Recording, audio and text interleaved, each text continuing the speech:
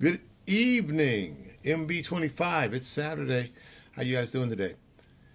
Hopefully, you guys are having a great day today. I'm having a great day today. Just want to touch bases about a couple of things we have coming up with MB25. A lot of exciting things that are going on as the organization continues to grow worldwide. We're looking to expand from city to city, helping people. We're looking to help change people's lives one life at a time, and that's what this thing is really all about. It's all about changing lives, man, one life at a time. We're not looking to change everybody, just the right bodies. And what denotes the right body? What defines the right body? The person who's ready to change. You can't change a person that's not ready to change. If a person does not know that they're sick, you can't help them. And when I say sick, I don't mean sickness may lead to death. Some people, they're okay with where they are. So maybe sick might even be a strong word to use. It's just if a person doesn't want help, if they're okay, leave them where they are. I was having a conversation with a friend of mine today, and anytime I have and I use the word debate with anyone or difference of opinion with someone, I'm a man of facts. I use facts, okay, and I'll play my facts card, and I'm saying, okay, here's a fact, bam. And so what I would expect in return is if you have a counter or you have a different opinion, then you put your fact on the table, and then what we're going to do is, see, the one thing about facts can be researched, opinions can't. You can always research facts, but you cannot research somebody's opinion, because an opinion is an opinion. I tell a person all the time, if a person asks me a question, I'll ask them, are you looking for the truth, or is this your opinion? Because if you're not looking for the truth, there's no sense in me answering your question, because nothing that I'm going to say is going to change your mind, because it's your opinion. But now if you're looking for facts, we can look this thing up and research it, and then we can find out the answer. And then once we find out the answer, we have to go with the answer. That's what it is, you know. But when people start putting their opinions up there, what they believe or I feel like that's where you lose me, because there's no solid ground in the I feel neighborhood. It's all smoke and mirrors. And just give you guys an example about today's conversation that I had with the gentleman that I know. You know, we were talking about the empowerment of black people here in America. And my thing has been, we as black people, we have been empowered. We've been empowered to the tune that a black man was able to become the president of the United States for 2 consecutive terms. For 8 years, he held the office of president of the United States, which is one of the most powerful positions on the planet of the planet Earth. He held that position. A black man did that. Now, that was the card that I played. We have overcome the enslavement that he promotes. We've overcome that because a black man was able to run and win the office of President of the United States. Fact. His name is Barack Obama. I mean, stop me when I say something that's not factual. His comeback was the only thing he could come back to legitimize his position. And I'm going to say this real slow. You're not going to believe what I'm about to say. But the only thing that he could come back with to legitimize his position was, well, first of all, Obama's not black. I kid you not. That was his comeback. Obama is not a black man. It reminded me of a conversation I had with my brother a few weeks ago. I have a younger brother, and he and I were talking about our father. And I was making some points about, Dad, and the fact that our father died a few years ago. He died of cancer. I eulogized my father at the funeral and all of that. But, me and my brother were talking about the fact that, I mentioned some things about Dad and how he's to be remembered and things we do as a family. I was mentioning that to him. So the point my card that I put on the table was, Dad is deceased and this is what we do and yada, yada, yada. I made some points.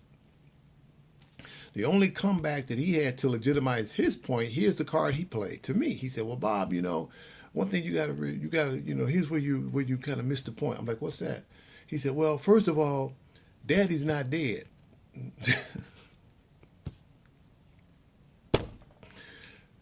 The only way he could legitimize his point was he had to bring our father, who was deceased, back to life. That's the only way his point made sense. And so for him to do that, he was willing to do that. You know, Bob, you got to remember, Daddy's not dead. That was his point. Daddy's not dead. So all that funeral stuff that we did and going to the cemetery, all the stuff we did, that was just, I guess that was a figment of my imagination, because his card was Daddy's not dead. That's right up there with my friend's point of Obama's not black. You know, you got to realize, man, you know, I got to prove my point. And so for me to prove my point, you got to accept the fact that Obama is not a black man. That legitimizes what I'm saying. Really? Guys, it's not that difficult. This thing is not that difficult, and it's not that hard. You know, it's just a matter of us owning up to not only who we are, but what we as a people can do when we, and here I go, here I say it, when we recognize and support one another. That is what it's going to take. I may not understand where you are, but I'll give you an ear, and I'll give you a listen, and I'll even give you a view. You know, I'll come and look at what you're doing. And I'll plug in if it's not going to waste one of the most valuable assets that I now own and that I now appreciate for what it is, and that is time. Time is very, very precious.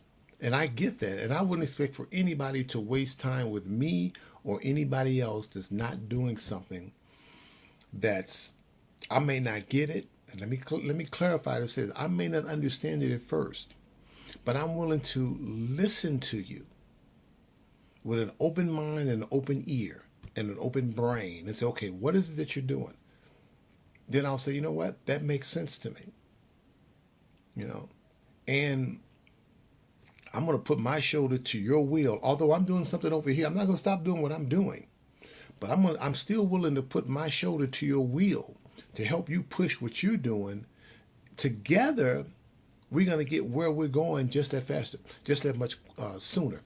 Case in point, my friend, he's an airplane pilot. He flies. He's a pilot. And I just got back from Las Vegas a couple weeks ago. I was in Las Vegas. Now, my destination where I was trying to go to Las Vegas. That's where I was trying to go.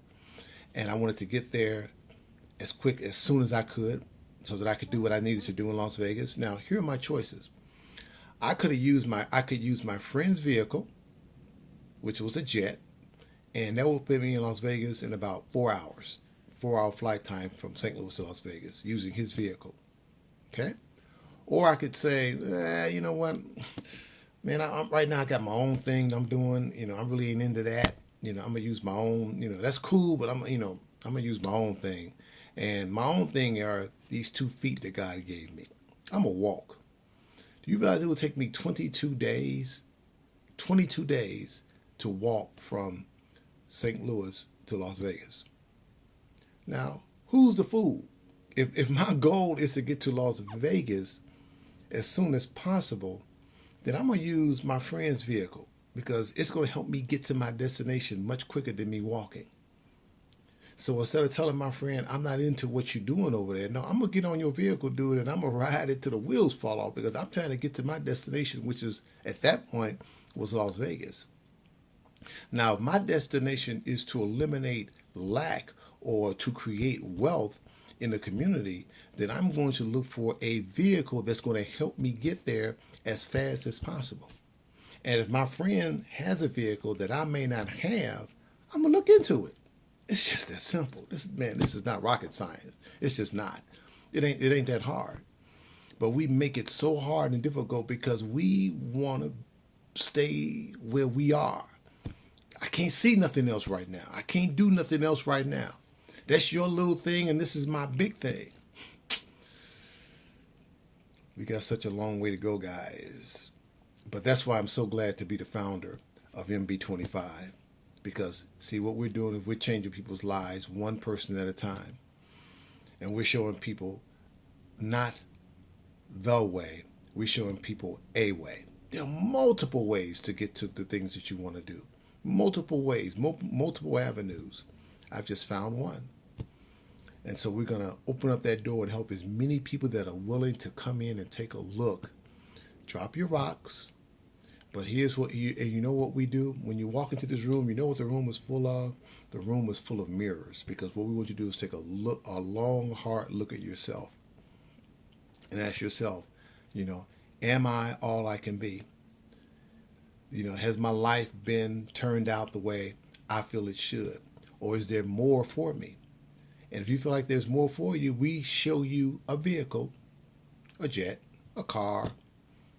We show you a vehicle. Here's a vehicle that you can use to get to your destination a little faster than the current one you've been using. That's it. MB25. Catch the vision.